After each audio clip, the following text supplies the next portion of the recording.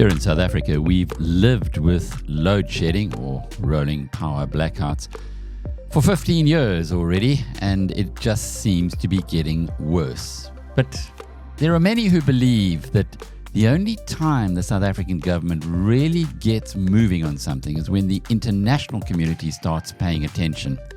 And they're starting to pay attention to Eskom, electricity, and the lack of energy in South Africa in a very big way.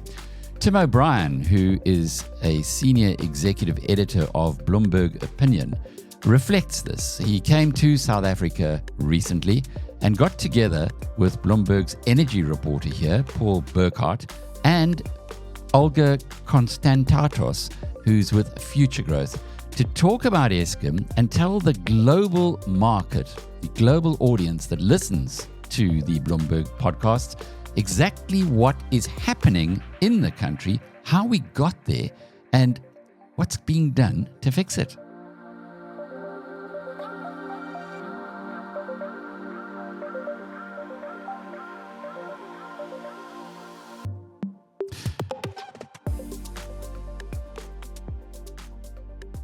You'll be able to relate to a lot of this. It's something that we live with all the time.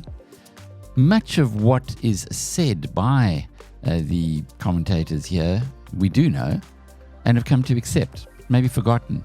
But there's a heck of a lot that's not so obvious, including serious health issues. Crash Course, which is the podcast that Tim O'Brien produces for Bloomberg, looks at business, political, and social disruption and what we can learn from it. And what they're doing here is telling the rest of the world what happens when the lights go out. So at least somebody is going to learn some lessons from the disaster that we've had to live through. There's quite a lot of pretty intense discussion here, including when Olga Constantatos talks about a classic death spiral at Eskom. But she also says that there is some reason for optimism. The podcast runs for 45 minutes, so to make it more palatable for you, I've edited it down, taken out a lot of the history, which we all know very well by now, and focused on the issues that we can relate to. Let's give it over to Tim. When we lose access to electricity, we feel the pain immediately. What we're used to doing collides with what we can suddenly not do. Millions of people in Texas lost power for days when the grid there seized in early 2021. Puerto Rico went through weeks and then months of rolling blackouts following devastating hurricanes several years ago. Now consider South Africa, the second largest economy on the African continent and home to 61 million people. The entire country has faced rolling blackouts for about 15 years. How can that be? And what does the present and future hold for a country that doesn't have a reliable source of electricity? I'm in South Africa, and joining me to discuss all of this is Paul Burkhardt, an energy reporter with Bloomberg News in Cape Town, and Olga Constantatos, a South African investor who has spent years watching the power crisis escalate in her country. Paul, over time in South Africa, Eskom really became many things: a piggy bank for the people who controlled it, an influence machine, patronage for jobs for people connected to the party in power, a source of hope if managed well. But we now know, given what's happened for over a decade here, that it is mismanaged and it is not modernizing and it's not fulfilling the promise of actually giving reliable energy generation to every South African. How did we get there? Why has Eskom become this slow motion car crash?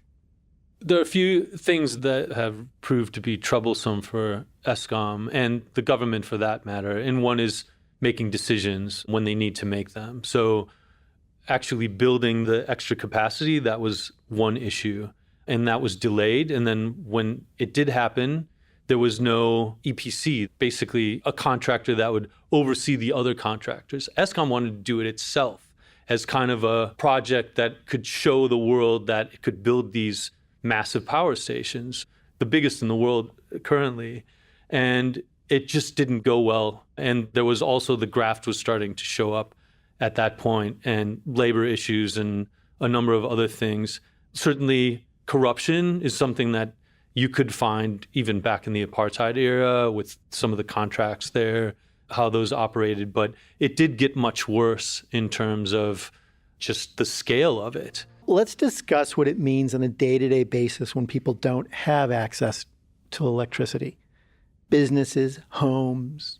What are the ramifications of not having a reliable energy source, both for people themselves and for an economy? Yeah, for one thing, I got home yesterday and the lights went out, the load shedding started, which is what South Africans call these power cuts. They call it load shedding. Where does the term load shedding come from? That basically the company itself is finding ways to slough off some of the demands that are on it to generate electricity so the grid doesn't get overwhelmed, right?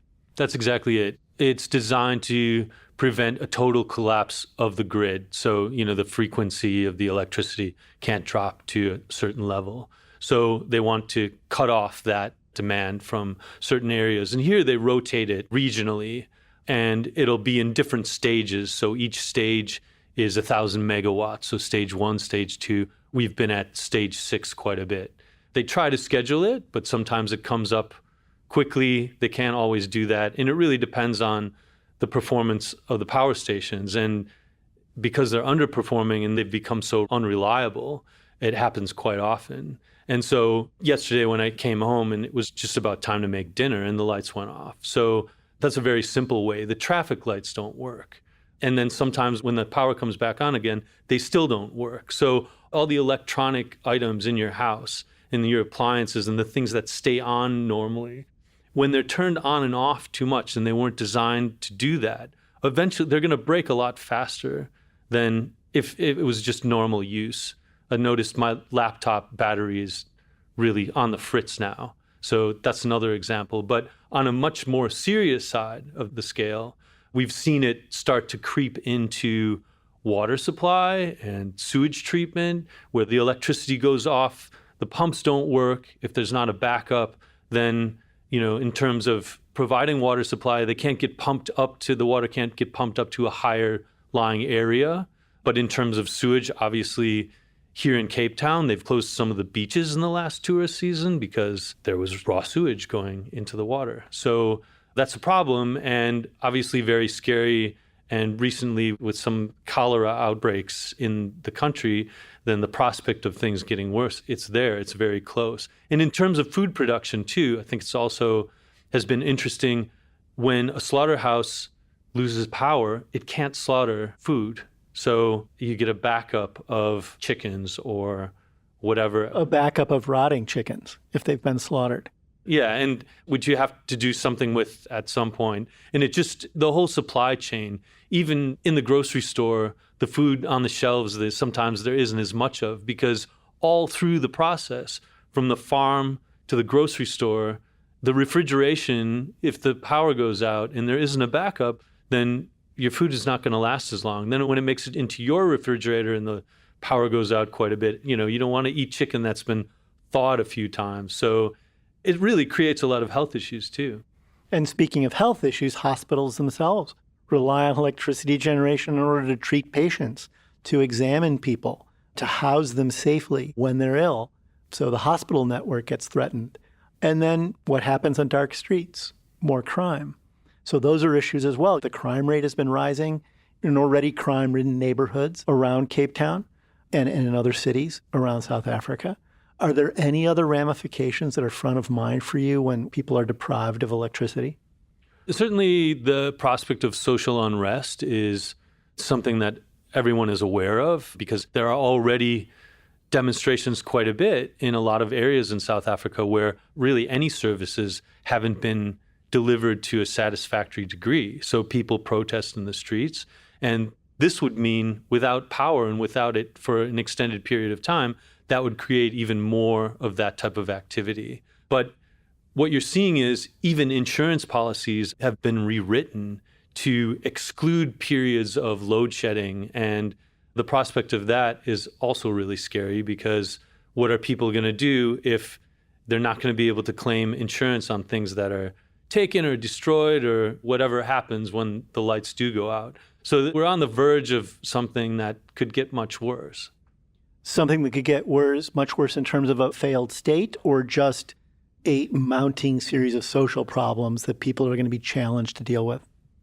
Yeah, I think primarily just the obstacles that people have to deal with and just growing unrest, really.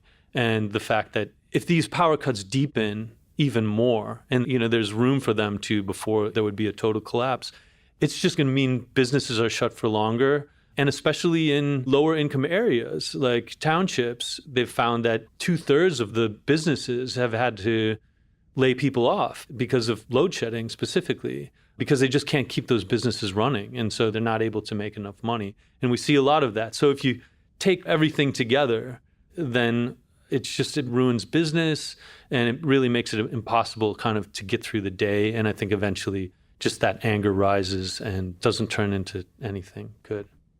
One avenue for turning that around would be just to effectively manage Eskom itself, modernize the grid, get it ready for a new era, help with green energy transitions. But Eskom has been sort of riddled at times with almost tragicomically crazy circumstances. You and I were talking recently together about one of the former CEOs claims he was poisoned. He was trying to clean, he says, Eskom up and get it on a new track, and he became the subject of threats. He eventually fled the country. He got the job after literally, I think, 24 other people turned it down. In an environment like that, where corruption is rampant, where change is resisted to the point of threatening people with death or violence, it doesn't bode well for getting management into Eskom that is capable and willing to turn things around.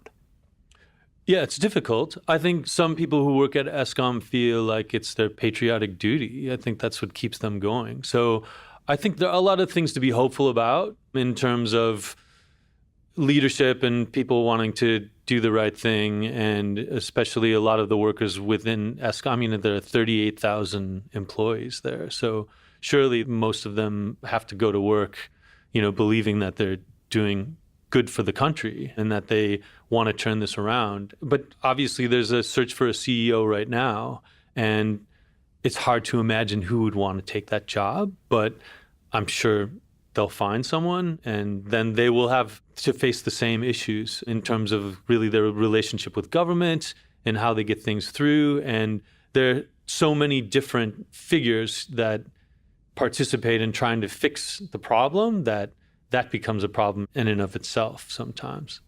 How do you think, when you look down the road, how do you think this problem gets sorted? What is the solution? One positive thing that we're seeing is certainly there's encouragement now, even by Eskom, which hadn't been, it was only in the recent past, really, that they were trying to bring in private companies to generate more power. Eskom typically, and there's still a large faction in South Africa that would want Eskom to survive as a behemoth and, a state-owned company. But there's certainly, the door has opened really out of necessity to bring in more private production. So that will work. That's rising, and that will work. It's just a matter of time. And the problem is that most of the population will remain disenfranchised by that. If Eskom's prices are going up for electricity and private power is supplying private business, or you're building it if you can, or you're building it if you can afford it as a business or as a resident, it still leaves out the majority of the population that have to rely on Eskom. So that's where the real variable is, and that's where they really need to come up with a solution and really get on the ball with a lot of initiatives that they've had in terms of building more renewables and just bringing in other power, because the cost of blackouts is so great that in almost every case, it's going to be cheaper just to bring in even the most expensive power supply you can. And of course, businesses and more affluent residents have the option of getting their own generators or buying power from other resources. Low-income people don't have those options. So as you noted, it simply further deepens these income and social chasms that divide the population. Paul, I always like to ask people during the show, what have they learned from a collision that we're talking about? What do you know now about either the value of electricity or the importance of Eskom in South African society that you didn't know those many, many years ago before you started covering energy and Eskom so closely? Well, what's kind of funny is you could probably ask just about anyone on the street. We could walk out of this building and ask just about anybody about Eskom, and they'd be able to tell you all about capacity, energy availability factor, a lot of technical things. Everyone in this country knows what's happening with the power system. So everyone here has learned a lot. And I've certainly learned just some of the technical things about transmission grids, for example. In bringing in more renewable energy, one of the issues that South Africa has faced is they don't have enough room on the grid in the most optimal parts for sun and wind. And so that filled up. And you see these issues coming up in other countries, in Western countries, but you see them here first. So if you want to look at a place where the extreme's been reached, then you can look at this model. And so I think I've realized just a lot of the shortcomings of, even if you're looking at clean energy, which is really positive development, it has its limits that you have to admit, and that you can only build so fast, or you can only, use during certain periods. And the reality of that, I think, comes up here quite a bit. We're joined by Olga Constantatos, an investor with FutureGrowth Asset Management in Cape Town. I'm fascinated by Eskom because it's not just a company story or even the story of one country's struggle to provide electricity. It's about economic development and how states and businesses improve everyone's standard of living. And that's really not happening right now in South Africa, is it?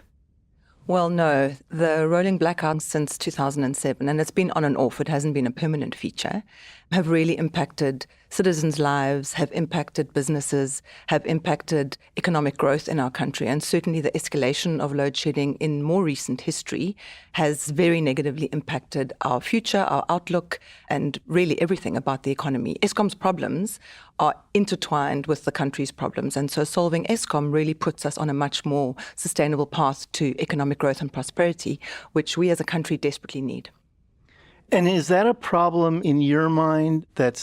Is there a solution available to the problem the country faces when its only electricity generator is so deeply troubled? I think, yes, the solution to Eskom's problems doesn't lie with one particular intervention or one particular solution. Solutions are multifaceted. The problems are multifaceted. So Eskom's problems didn't start last week or last year. They started a good few years ago. And so the solutions to Eskom lie in cost-reflective tariffs. They lie in addressing its unsustainable debt burden that it holds. It lies in fixing the very high and unsustainable cost base and addressing some of the corruption, maladministration, malfeasance, misspending, all of that. So far you've given me 4 things and they all sound huge, right? So when you talk about tariffs, for the outside listener, you're talking about price increases to users, right? Exactly. That's correct. Have there been massive price increases passed along to businesses and residents in the country for years? So they have. The rate of increase of Eskom's tariffs have increased beyond what inflation has increased. I think the problem with Eskom is that it's in a classic utility death spiral. So the tariffs, even though they have been increasing, are not enough to cover its very high cost base. So the tariffs are one part of the equation, but addressing the very high cost base also needs to happen, and that hasn't happened. You said the scary term death spiral. Do you think of that as a financial death spiral? In other words, the company is saddled with so much debt, and the coupons it's paying out on that debt relative to the amount of revenue it's bringing in. And there are no easily replenishable or other sources of revenue that can make up for that debt burden that it's saddled with. Is that why when you use the term death spiral, is that what you're referring to? So there's a death spiral at Eskom, the utility death spiral, and a debt spiral. So let's unpack it. The utility death spiral is what you talk about, where the revenues are increasing. It then means that users then decide they want to go for less expensive alternatives, so they then remove themselves from the grid or they reduce their consumption from Eskom. So as the tariffs go up, so more people are departing from Eskom, making other alternatives. And that means then that you need to recover your costs from a smaller user base, which means higher and higher tariffs, and it becomes the spiral as the tariffs get even higher, then more people, then those that can find alternatives, you then have to recover the cost base, from a smaller pool each time. That's the utility death spiral. The debt spiral is similar but different in that Eskom isn't generating enough cash flow to service its debt. And so the capital structure of Eskom is just not fit for purpose. And so it is unable to service its debt, meet its debt obligations without significant intervention from its shareholder. That's the debt spiral. So it's the two together. How do you see a good manager of Eskom making Eskom a more thriving and vital company than it is right now? So I think when you look at this, you can look at it at two levels. One is what can Eskom itself and management at Eskom do? And two, what must the shareholder be doing? Because some of the actions that are needed are arguably not in Eskom's domain. So let me break that down for you. You spoke earlier about Eskom being separated into generation, transmission, and distribution. Generation is where the power gets made, the coal-fired plants currently. Eskom's overwhelming fleet at the moment is coal-fired plants. One of the purposes of deregulating and splitting Eskom up into three is to open up the generation market and to allow for other people, not necessarily Eskom, to produce the power. And that's actually the government policy that has been rather successful, arguably could have been more successful. And what I'm talking about here is the Renewable Energy Independent Power Program, where government asked for solar and wind and other renewable energy source producers to put up wind farms and solar farms, and Eskom would buy or does buy that energy from those power producers, and that energy gets fed into the grid. But let me interrupt you for a minute on that point. One of the hurdles there, however, is that solar and wind will only provide a small portion of the country's energy needs right now. We're talking maybe a decade or more from now where that actually becomes a meaningful replacement from electricity that is generated by coal-fired plants. Is that correct, or correct me if I'm wrong? Well, I think it depends the pace at which one executes on the renewable energy program. So if we go back, the renewable energy program really started in about 2011, 2012. So it's been 10 years in the making. And the way the plan was meant to work, there were arguably meant to have been very many more megawatts added to the grid than have currently been added. So currently there have been 6,000 megawatts of new energy added to the grid from the renewable energy sources. That could have been a lot more had the program been accelerated, had it not been deliberately, we think, stalled in the kind of height of state capture years, the 2015, 2016 years. And so, yes, it is currently a small portion, but it could be a very big portion. We've got abundant solar resources, we've got abundant wind resources, and if you place them in the right places over the country, they can become a significant source of power. At the moment, the hurdle to that is the transmission grid. So in theory, one could add infinite amounts of solar and wind energy, but the practical roadblock one's going to come up against is actually plugging, I kind of think of it as plugging that into the grid so those electrons can move, to my home and yours. And when we talk about transmission, we're essentially talking about wires. Yeah. Wires from the generators to transformers and then into people's homes. Yeah.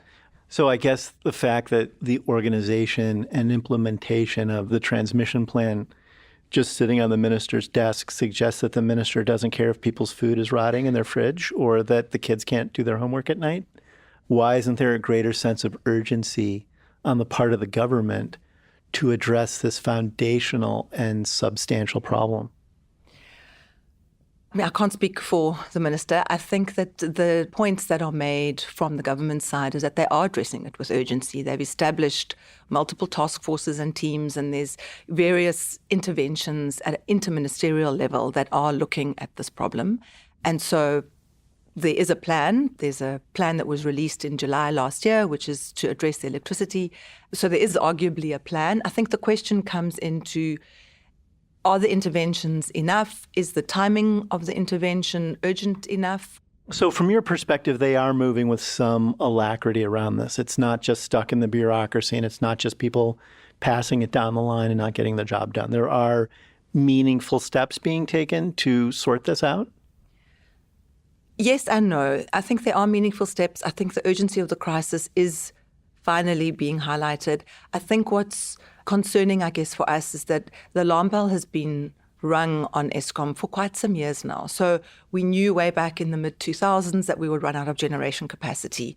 not a lot was expedited to address that problem. We've known for quite some time that Eskom's debt was at an unsustainable level. That's only been started to address as of February with the finance minister's announcement in the budget of the debt relief this year. We've known about the need for unbundling. In fact, unbundling has been part of, I think, Eskom's white paper as far back as the late 90s to unbundle Eskom. It's been part of the plan. But the action is kind of happening at the, really when the emergency becomes very dire.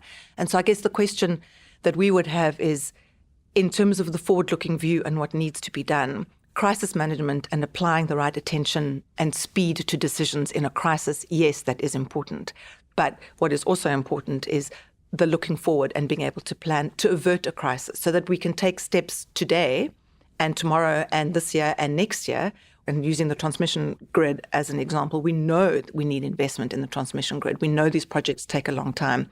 Anyway, they take between 7 to 10 years to get them up and going. So let's start now with that and let's not wait for a crisis. I think that's the challenge that we find, is that crisis management sometimes doesn't lead to optimal outcomes. Sometimes it takes COVID-19 for people to make good public health decisions that they've been putting off for a long time, and then they wait till the crisis arrives before they take measures they might have taken years before.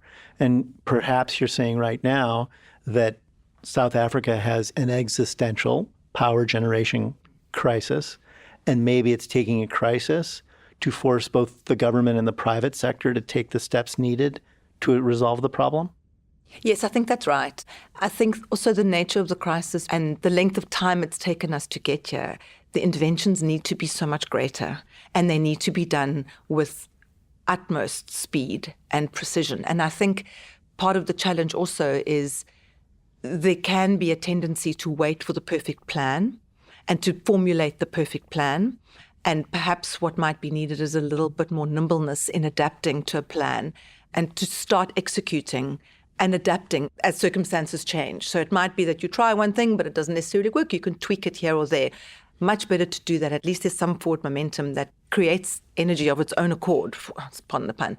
But yeah, so I think a certain level of nimbleness and adaptability is also probably needed. What we've been very good at, I think, is diagnosing the problem, identifying the problem, solving for the problem in a plan, on a document, on a PowerPoint, at presentations, etc. Where we've been less adaptable, I guess, is in the execution of the plan and in really sometimes making some of the hard trade-offs that are needed in executing a plan. We're never going to make everybody happy all of the time.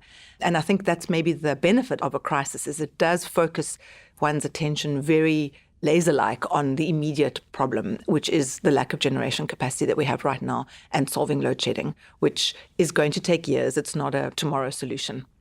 What are you optimistic about and what are you pessimistic about when you look at the landscape right now? Look, I'm a bond investor. And so we live in the world of fear, not in the world of hope. So I'm much better at answering what I'm pessimistic about than what I'm hopeful about. But let me try. So I think what we're seeing now is the elevation of the crisis. It is receiving attention at the very highest levels. That is a good thing. And I think the link, I guess, between the solving of Eskom's problems and the solving our economic growth problems, that is very clear. We've seen it in the numbers. And so that is providing a level of clarity, I think, to some of the decisions that are being made. And so I think that's all very good. I'm also very encouraged by, and it comes out in different forums, but certainly the increasing tilt to renewables, our move to cleaner energy, our just energy transition. These things are all important for us to manage as an economy. Actually, as a planet, we need to do this. Eskom is one of the biggest emitters. And so the tilt to renewables, the tilt to cleaner forms of energy is something I'm personally, and certainly FutureGrowth, is very encouraging of and very optimistic about. It is actually the solution to our energy problems. So all of that, very optimistic about. I guess where I get pessimistic is in the lack of the hard decisions that are needed to be made. And I think where I get pessimistic is in the magnitude of the problem. And so while it may have been, and one, can't look back, one must look forward, might have been fewer interventions a few years ago, the magnitude of those interventions are so much bigger now. And I think the challenge lies a lot in who actually is responsible for delivering on the solutions. What we're not always clear on is, what are the priorities? Does everybody agree on the priorities and on the implementation of those priorities? I think we can get a little bit muddled. One department might have particular priorities that might not necessarily be shared by another department. It sounds like South Africa needs an energy czar, given the real authority to implement radical, speedy, and thoughtful decisions. Well, arguably, that's the purpose of the new electricity minister that was appointed by the president a few months ago. And again, it's a part solution. His powers were only determined a week ago, I think. And so given the urgency of the crisis, this was announced in February, if I recall. And so 2 or 3 months have gone by without the minister himself actually knowing what his powers are to be. And so I think that's the challenge, is that we know what needs to be done. We kind of put a little plaster on it and wait a few months, and then put another little plaster on it and then wait a few months. And that's not really a way to address a crisis.